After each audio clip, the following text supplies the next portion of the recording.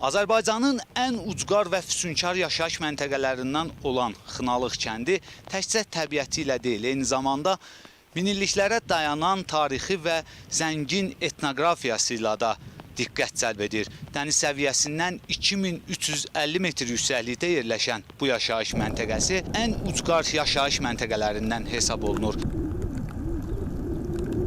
Sıldırım qayalar arasında yerləşən kənd özünə məxsus memarlığı, dili, adət-ənənələri və yaşam tərzi ilə seçilir.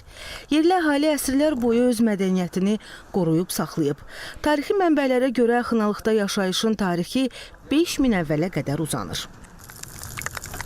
Ümumiyyətlə Xınalıqda 260-a yaxın ev var. Bu evlərdən 160-ı tarixi memarlıq əhəmiyyətli evlərdir. Memarlığı ilə xüsusi seçilən. Həmin bu evlər memarlıq baxımından Azərbaycanın demək olar ki, tarixini və öz memarlıq mədəniyyətini özündə, mədəni irsini daşıyır. Xınalıq kəndinin ümumiyyətlə eramızdan əvvəl 3-cü minilliyə qədər gedib çıxır tarixi. Bu əsasən arxeoloji faktlar arasında məlum olmuş bir dəqiq tarixidir.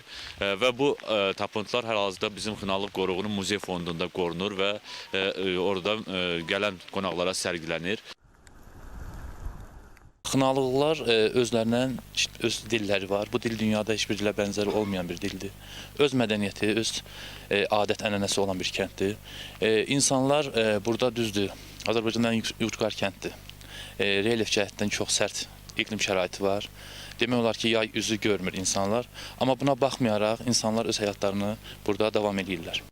Qubaya gələn turistlərin də əksəriyyəti ilk fürsətdə Xınalıq kəndinə üz tuturlar. Xüsusən son illərdə turistlərin kəndə marağı artıb. Onlar əhalinin məişəti, folkloru və etnoqrafik xüsusiyyətləri ilə tanış olurlar.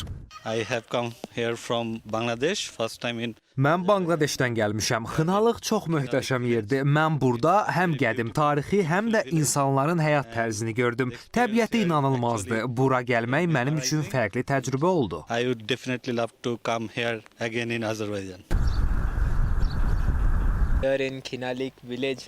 Mən bir çox ölkələrdə olmuşam, amma Xınalıq tamam fərqli atmosferə malikdir.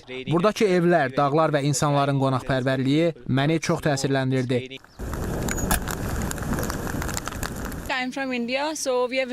Mən Hindistanlıyam. Xınalıq haqqında çox eşitmişdim, amma gördüklərim gözlədiyimdən daha maraqlı oldu. Bu kənd öz tarixini və mədəniyyətini bugünə qədər qoruyub saxlayıb. Mən yenidən bura gəlmək istəyərəm.